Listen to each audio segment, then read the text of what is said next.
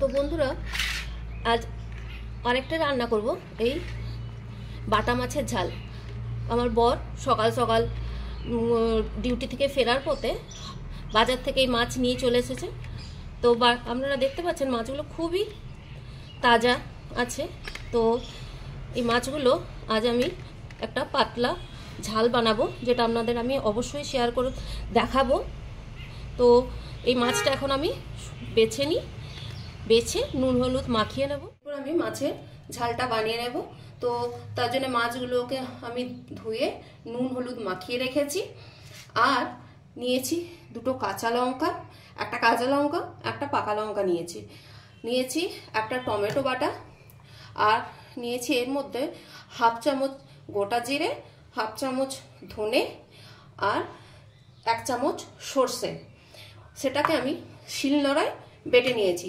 আমি সব মশলা শিলনোড়াতেই বেটে নিই, কারণ ওটাতে শিলনোড়ায় বাটলে সেটার স্বাদ আলাদা হয়। আর এর মধ্যে আমি নুন চা চামচে হাফ চামচ নুন আর হাফ চামচ হলুদ দিয়ে এটাকে আমি রেডি করে রেখেছি। তো চলুন এখন মাছগুলোকে আমি ভেজে নেব।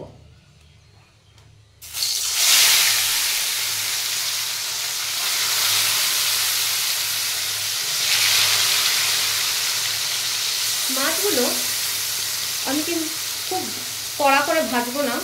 মাছের ঝাল করার জন্য মাছটা আমি জাস্ট একবার উল্টে পাল্টে ভেজে নেব। তাহলে কি হবে, মাছটা খুব স্বাদ হবে। তো এটা জাস্ট একবার দিয়েছি, আর একবার উল্টে দেবো। তারপর আমি বাটা মশলাটা দিয়ে দেবো। তার আগে এই বাটা মশলাটা আমি আরও কিছুটা পরিমাণ জল দিয়ে এটাকে পাতলা করে নেব।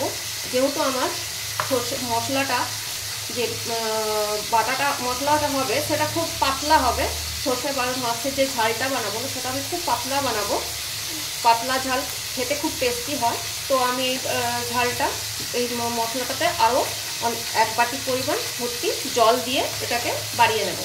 তো এটাকে আমি মশলাটাকে 1 বাটি পরিমাণ জল দিয়ে বাড়িয়ে নিয়েছি। আর এই টমেটো বাটাটা এর মধ্যে দিয়ে দেব। একসঙ্গে এটাকে ভালো করে মিশিয়ে নেব।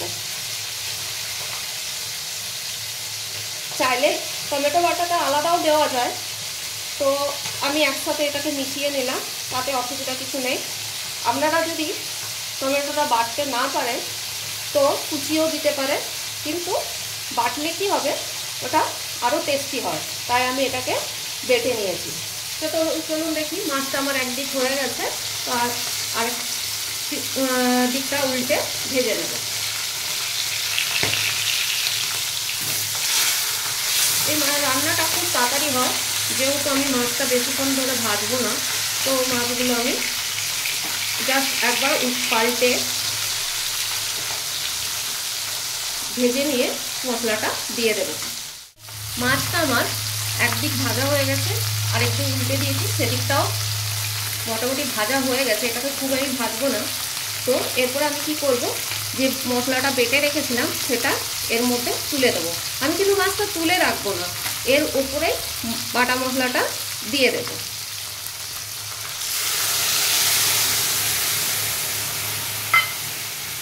অনেকে হয়তো ভাববেন, আরে মশলাটা সর্ষেটা তো ওটাকে তো কষা হলো না। কষা না হলেও এটা খুব টেস্টি হয়, খেতেও খুব সুস্বাদু হয়। তো আর একটু পরিমাণের মধ্যে আমি জল দিয়ে দেবো, যেহেতু এটা আমি খুব পাতলা একটা ঝাল বানাবো। দেখতে পাচ্ছেন মাছগুলোর মধ্যে জলটা দিয়ে দিয়েছি। এরপর এটা আস্তে আস্তে হতে দেব। এটা যখন ফুটে আসবে এটা তখন আমি এর মধ্যে তেল ছড়িয়ে দেবো। তো এটা আমি ভালো করে ফোটা অবধি আমি অপেক্ষা করব। এটা এখন ফুটে এসেছে, তো এর মধ্যে আমি কিছুটা পরিমাণ কাঁচা তেল ছড়িয়ে দেবো।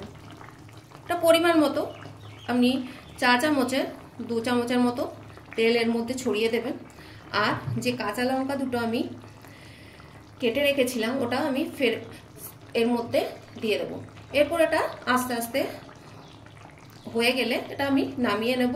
তো এটা কেমন লাগলো আপনাদের আমাকে কমেন্টের মাধ্যমে জানাবেন। আর আপনারা চাইলে বাড়িতে এটা করতে পারেন।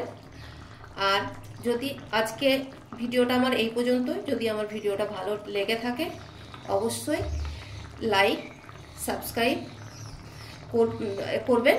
নমস্কার, এখানে আমি ভিডিওটা শেষ করি।